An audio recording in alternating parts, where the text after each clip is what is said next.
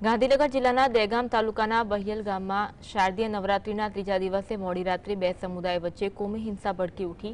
Social media પર વિવાદાસ્પદ પોસ્ટને લઈને થયેલી નજીવી બબાલ જોતજોતામાં ઉગ્ર બની અને બંને જૂથોના ટોળાઓ સામસામે આવી ગયા।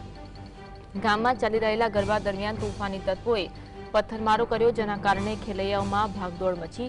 આ હિંસામાં 8થી વધુ વાહનોને નુકસાન પહોંચ્યું। એક દુકાનમાં તોડફોડ કરી આગ ચાપવામાં આવી અને કેટલાય લોકો પણ ઈજા પામ્યા। પરિસ્થિતિને કાબૂમાં લેવા માટે ઘટના સ્થળે તાત્કાલિક પોલીસ કાફલો પહોંચ્યો, પરંતુ હિંસક ટોળાએ પોલીસ પર પણ હુમલો કર્યો અને 2 પોલીસ વાહનોને નુકસાન પહોંચાડ્યું છે।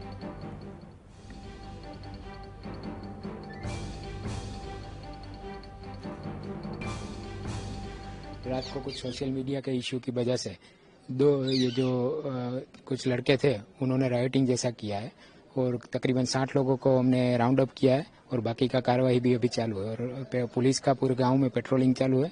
अभी गांव में एकदम शांति। कितने पुलिस की टीम है अभी? अप्रोक्सीमेट 300-350 पुलिस है और उसके अलावा अधिकारीगण है।